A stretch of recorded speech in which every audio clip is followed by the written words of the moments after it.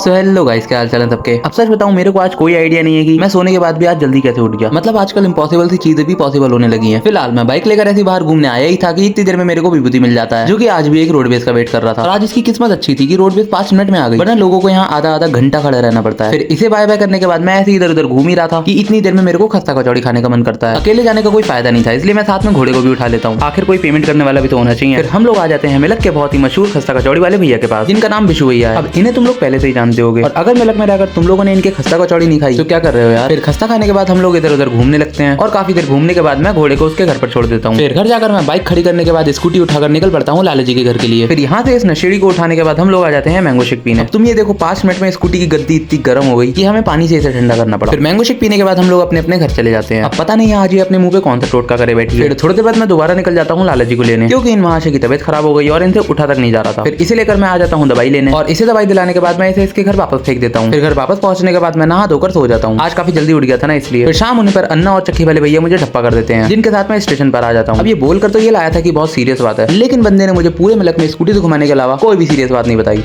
Start भी कर ले, अब इतना भी पेट्रोल क्यों बचा रहा। और ये मरवाएगा जी। अरे भैया सुअर आदमी, ऑफ रोडिंग नहीं करनी थी गधे, वो भी इस स्कूटी से।